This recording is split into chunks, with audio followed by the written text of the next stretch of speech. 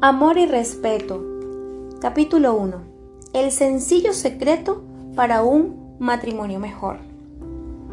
¿Cómo puedo hacer para que mi esposo me ame tanto como yo lo amo a él? Esta era la pregunta básica que oía decir una tras otra a las esposas que me consultaban por consejo durante los casi 20 años en que pastoreé una congregación creciente. Se me rompía el corazón por las esposas al verlas llorar y oírlas contarme sus historias. Las mujeres son tan tiernas. En muchas ocasiones me quedaba sentado allí mientras me corrían lágrimas por las mejillas. Al mismo tiempo me sentía molesto con los esposos. ¿Por qué no podían ver lo que les estaban haciendo a sus esposas? ¿Había alguna forma de ayudar a las esposas a motivar a estos maridos a amarlas más? Sentía todo esto muy profundamente porque había crecido en un hogar infeliz. Mis padres se divorciaron cuando tenía 1 año. Más tarde se volvieron a unir, pero cuando tenía 5 se separaron otra vez. Volvieron a estar juntos cuando estaba en 3er grado y los años de mi niñez están llenos de recuerdos, de gritos y de tensión inquietante. Vi y oí cosas que quedaron grabadas en mi alma para siempre y a veces lloraba hasta quedarme dormido. Recuerdo que sentía una gran tristeza. Mojé la cama hasta la edad de 11 años y a los 13 me enviaron a la escuela militar, donde permanecí hasta graduarme. Cuando recuerdo cómo mis padres vivieron una vida de conflicto casi constante, puedo ver la raíz de su infelicidad. No fue difícil ver que mi madre imploraba amor y que mi padre quería desesperadamente ser respetado. Mamá enseñaba acrobacia, zapateo americano y natación, lo que le proporcionaba un buen ingreso y le permitía vivir independientemente de los recursos de papá. Esto lo hacía sentir que mamá podía arreglárselas sin él, y a menudo ella le enviaba ese mensaje.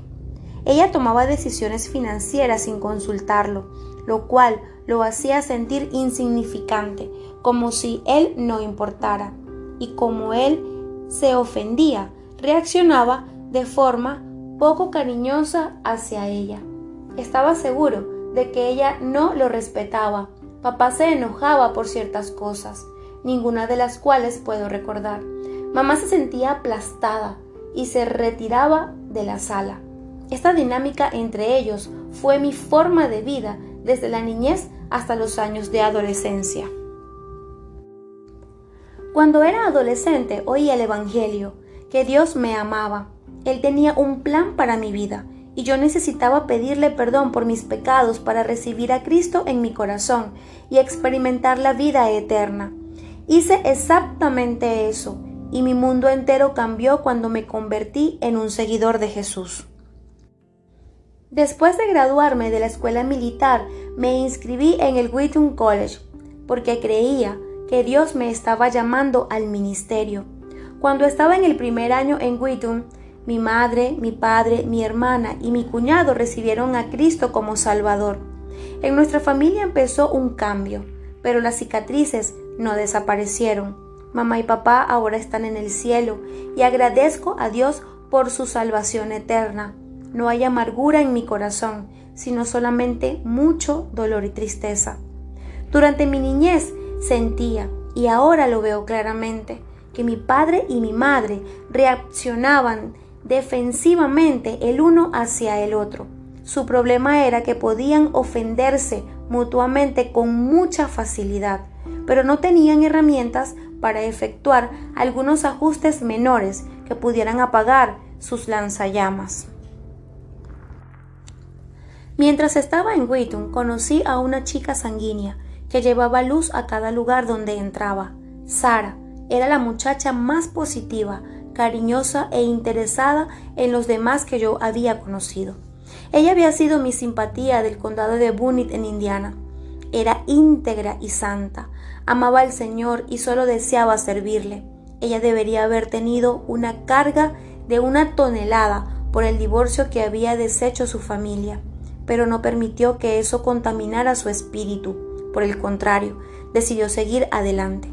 No solamente era atractiva, yo también sabía que podía despertar cada día sabiendo que tenía una amiga. El desacuerdo por la chaqueta de jeans. Le propuse matrimonio a Sara cuando todavía estábamos en la universidad y dijo que sí. Cuando aún estábamos comprometidos, tuvimos un indicio de cómo esposos y esposas pueden entrar en una discusión prácticamente por nada. Esa primera Navidad, Sara me hizo una chaqueta de jeans. Yo abrí la caja, sostuve la chaqueta en alto y le agradecí. «¿No te gusta?», dijo. La miré perplejo y le respondí. «¿De veras que sí me gusta?». Insistente dijo. «No, no te gusta, no estás entusiasmado». Desconcertado, repetí con firmeza. «¿De veras que sí me gusta?». Ella replicó. «No, no te gusta. Si te gustara, estarías entusiasmado y agradeciéndome mucho. En mi familia decimos, ¡oh, qué bueno! Justo lo que quería. Hay entusiasmo. La Navidad es un tiempo súper especial y lo demostramos». Esa fue nuestra introducción a la forma en que Sara y Emerson reaccionan ante los regalos. Sara agradece a la gente una docena de veces cuando algo la impacta profundamente. Como le agradecí efusivamente, supuso que yo estaba siendo cortés, pero que apenas podía esperar para dejar la chaqueta en un centro de colectas del Ejército de Salvación. Estaba segura de que yo no valoraba lo que ella había hecho y de que no sabía apreciarla. En cuanto a mí, me sentía juzgado por no ser y actuar de cierta manera. Sentía como si yo fuera inaceptable. Toda esa escena de la chaqueta me tomó totalmente por sorpresa. Durante ese episodio, aunque ninguno de los dos lo discernía claramente por entonces, Sara no se sentía amada y yo no me sentía respetado. Yo sabía que Sara me amaba, pero ella, por otro lado, había comenzado a preguntarse si yo sentía por ella lo que ella sentía por mí. Al mismo tiempo, cuando ella reaccionó ante mi respuesta indiferente al recibir la chaqueta, sentí que realmente yo no le agradaba. Aunque no lo expresamos así, sin embargo, estos sentimientos de no sentirse amado y respetado ya habían comenzado a aflorar en nuestro interior. Nos casamos en 1973, mientras yo terminaba mi máster en comunicación en la Wheaton. De allí nos fuimos a Iowa a trabajar en el ministerio y completé un máster en divinidad en el seminario de Dubuque en Iowa.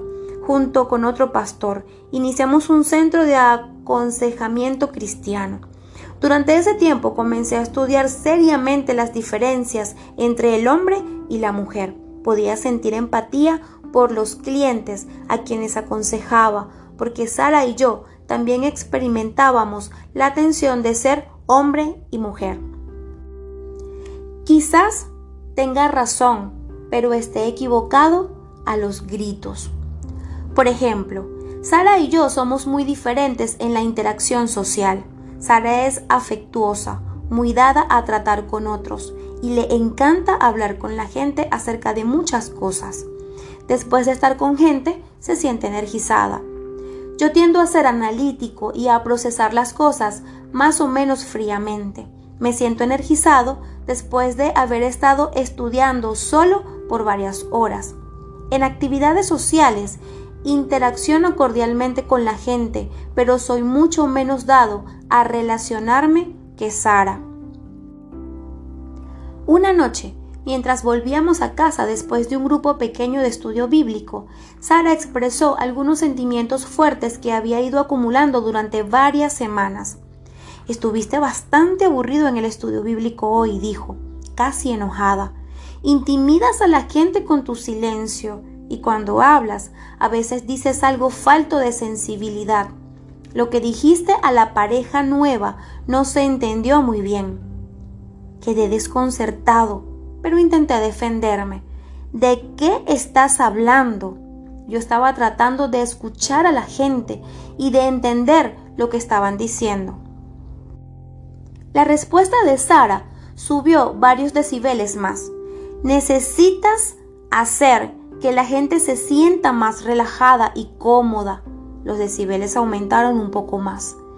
Tienes que hacer que la gente se muestre más comunicativa.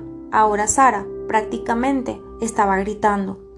No seas tan introvertido.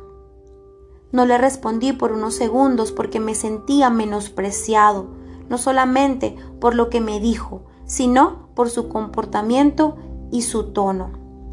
Respondí, Sara, quizás tengas razón, pero estás equivocada a los gritos. Sara recuerda que nuestra conversación de aquella noche en el auto le cambió la vida. Quizás su apreciación de mi manera de actuar con la gente era acertada, pero su forma de expresarlo fue una exageración. Ambos resolvimos algunas cosas gracias a esa conversación. Aún hoy, a veces nos recordamos mutuamente. Quizás tengas razón, pero estás equivocado a los gritos. En términos generales, creo que, como producto de esa conversación, Sara ha mejorado más que yo. Justamente la semana pasada me dio una clase sobre cómo ser más sensible hacia otra persona. Y esto después de más de 30 años en el ministerio. Aquel temprano episodio de nuestro matrimonio plantó más semillas de lo que más adelante podría escribir y hablar claramente. Yo sabía que Sara me amaba y que su arranque fue producto de su deseo de ayudarme.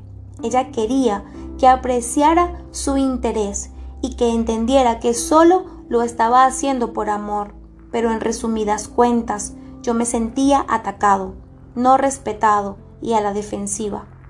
A lo largo de los años, continuamos lidiando con este mismo problema. Ella acostumbraba a expresar su preocupación por algo a lo que yo no prestaba la debida atención. ¿Devolviste la llamada de tal y tal? ¿Le escribiste una notita a tal otro? Yo hacía todo lo posible por mejorar, pero de vez en cuando volvía a caer en lo mismo y eso la hacía sentir que yo no valoraba su aporte. Y después me olvidé de su cumpleaños. Pasaron unos cuantos años más y se acercaba el cumpleaños de Sara. Ella estaba pensando cómo respondería yo, incluso si me acordaría. Ella siempre se acordaba de los cumpleaños, pero no era algo grande en la pantalla de mi radar. Ella sabía que nunca se olvidaría de mi cumpleaños, porque me amaba entrañablemente. Sin embargo, se preguntaba si yo celebraría el suyo. Ella pensaba, ¿ocupo en su corazón el mismo lugar que él ocupa en el mío? Así que lo que hizo no fue con espíritu mezquino, simplemente estaba tratando de descubrir cosas acerca de mí y de los hombres en general. Ella sabía que el olvido era un problema común y solo estaba siendo curiosa. A modo de experimento, escondió todas las tarjetas de felicitación que habían llegado antes de su cumpleaños. No había señales de ello por ningún lado, y yo estaba envuelto en mi neblina de siempre, estudiando y pensando. El día de su cumpleaños almorcé con un amigo. Esa noche, mientras Saras y yo cenábamos, preguntó suavemente: «Entonces, Ray y tú celebraron mi cumpleaños hoy». No puedo describir exactamente lo que sucede dentro de un cuerpo humano en un momento como ese, pero yo sentía como si mi sangre hubiera salido del corazón, llegado hasta los pies y subido con toda la fuerza hacia mi rostro. ¿Cómo haría para explicarle esto? Carraspeé y vacilé, pero no podía explicar cómo había olvidado el cumpleaños de Sara. Mi olvido había mostrado falta de amor y podía ver que ella estaba dolida, pero al mismo tiempo tenía estos sentimientos extraños. Sí, había hecho mal al olvidarme, pero no había ignorado intencionalmente su cumpleaños. Me sentía juzgado, rebajado y con todo derecho.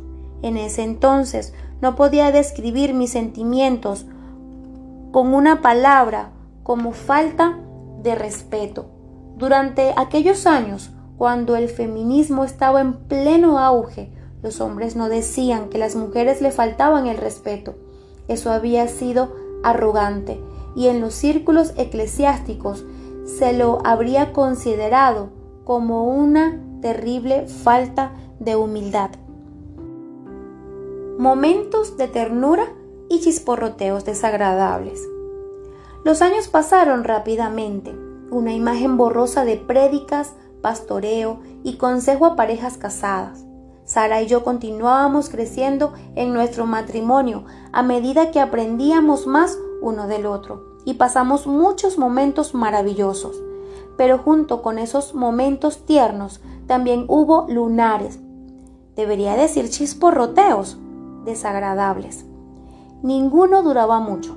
Casi siempre orábamos juntos después, pidiéndonos perdón mutuamente y también al Señor. Pero ¿qué significaba todo esto? ¿Hacia dónde se dirigía nuestro matrimonio?